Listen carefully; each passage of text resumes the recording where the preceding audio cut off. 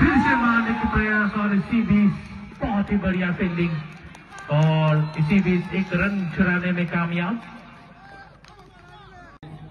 Target shake करेगा MLA 11 और 2 run लेने की कोशिश, वहां पर अच्छी रनिंग बिटवीन द विकेट, वहां पर 2 रन आसान से प्राप्त किया। वहां पर ओवर की समाप्ति के बाद स्कोर है 22, 1 विकेट के नुकसान से।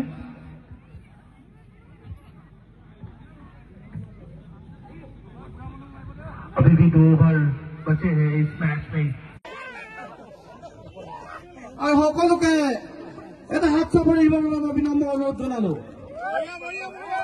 দিব বিচাৰিছো মানে কমেণ্টেটৰটো ফাৰ্ষ্ট বৰ ধুনীয়া আৰু গোটেই খেলৰ যিটো ব্যৱস্থাপনা বুলি কয়, ব্যৱস্থাপনা ইমান সুন্দৰ যে মই এতিয়ালৈকে যিমানলৈ মইতো নাযাওঁ বেছি খেললৈ, যিমান খেললৈ গৈছো আজিলৈকে মই দেখা আটাইতকৈ সুন্দৰ ব্যৱস্থাপনা। উদ্যোক্তাসকলক ধন্যবাদ জনাইছো আৰু ধন্যবাদ জনাই মাত্ৰ মই এটাই কথা ক'ব খুজিছো, যিহেতু মই ইয়ালৈ আহিলো, এই খেলখনৰ যিটো চেম্পিয়ন টিম হ'ব সেই চেম্পিয়ন টিমটো মোৰ পিনৰ পৰা 10,000 টকা এটা মই প্ৰাইজ এটা ডিক্লেয়াৰ কৰিছো। 10,000 টকা এটা যিদিনা ফাইনেল কোনদিনা হ'ব 19 তাৰিখৰ দিনা 10,000 টকা এটা মই কমিটিৰ হাতলৈ পঠিয়াই দিম। যিটো টিম চেম্পিয়ন হ'ব সেই টিমটোৰ কাৰণে 10,000 টকা দিয়া হ'ব। তেখেতৰ ভৱিষ্যত কামনা কৰিছো। আজি আমাৰ যিহেতু অধ্যক্ষই আজি খুব সুন্দৰকে খেলিলে, তেখেতসকলক ধন্যবাদ নিদিলে মোক ৰাস্তাত আকৌ পিটিবগে পাৰে।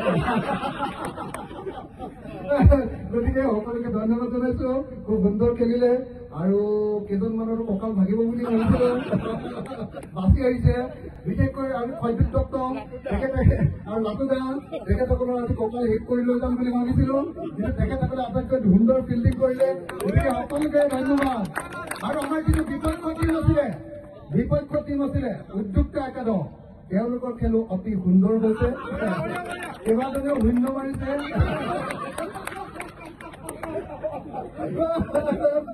তেখেতসকলক ধন্যবাদ আমাক জিকাই দিয়াৰ কাৰণে। সকলোকে ধন্যবাদ জনাইছো আৰু ইমান বহুদিনৰ মূৰত এনেকে ঘূৰা আনি মাৰিবৰ কাৰণে সুযোগ দিয়াৰ কাৰণে।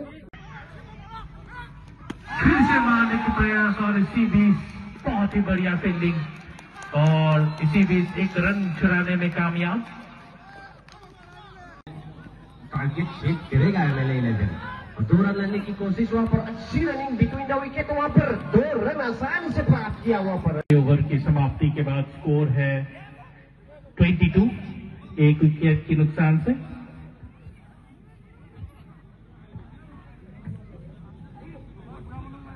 अभी भी 2 ओवर बचे हैं इस मैच में। আৰু সকলোকে এটা হাত চাপৰি দিবৰ বাবে বিনম্ৰ অনুৰোধ জনালো। দিব বিচাৰিছো মানে কমেণ্টেটৰটো ফাৰ্ষ্ট বৰ ধুনীয়া আৰু গোটেই খেলৰ যিটো ব্যৱস্থাপনা বুলি কয়, ব্যৱস্থাপনা